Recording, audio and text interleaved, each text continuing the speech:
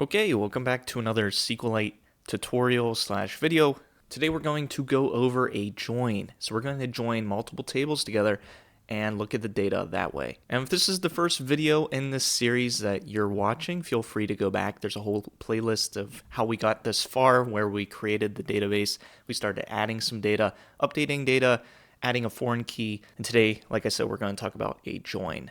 And if you like this kind of content, please consider subscribing. That way you don't miss any videos in the future. Hopefully you find these helpful and, if nonetheless, entertaining. And if we remember in the last video, I created a new table regarding people's favorite NFL teams.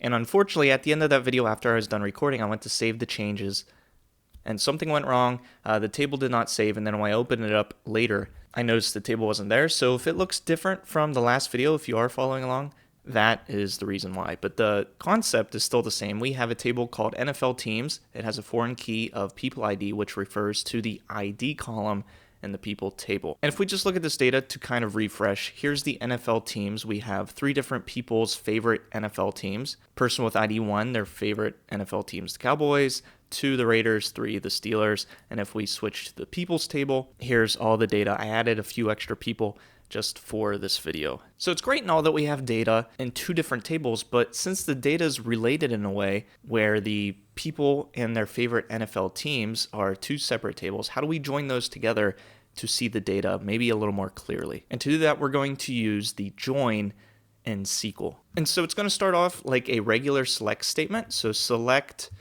and I'm going to say all, so star, and then from one of the 2 tables. It doesn't matter what we start out with. So I'm going to start with people. And then what I'm going to do is give the table people an alias. And the alias can be anything you want, but it's going to follow the table name, and it's just going, for me, be the letter P. And so if we run this, this is just going to show everything from the people table. But like I said, we want to join also the NFL teams table so we can see people and their favorite NFL teams in one view. So we're going to use the join keyword, and then following the join is how we're going to join the 2 tables together. And if we remember, ID from the people table and people ID from the NFL teams table are the relationship there. So we'll use that and say we're going to join the NFL teams table on, and I'm going to give the NFL teams table actually an alias too. It's just going to be the character N.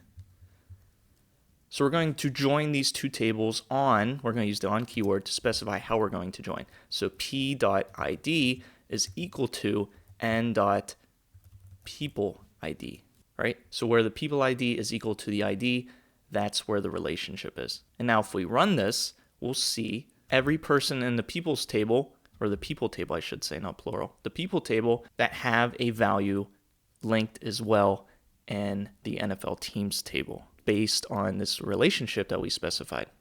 So what if we don't want all of these columns? We only want maybe 1 column from the people table and maybe 1 column from the NFL teams table, like maybe the first name and the favorite team.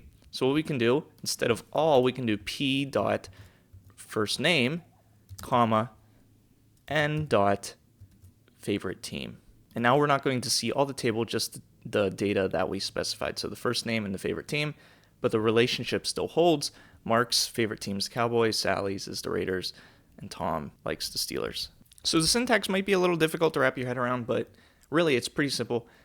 It's just a regular select statement, and then the join keyword, and then what we're going to join it with. So in our case, the NFL teams table, which we also gave an alias n, and then we specify how are we linking those 2 tables together using the on keyword and then the link following. So in a nutshell, that's the join in SQLite and SQL in general, and that's how you can use it to get more use of your data.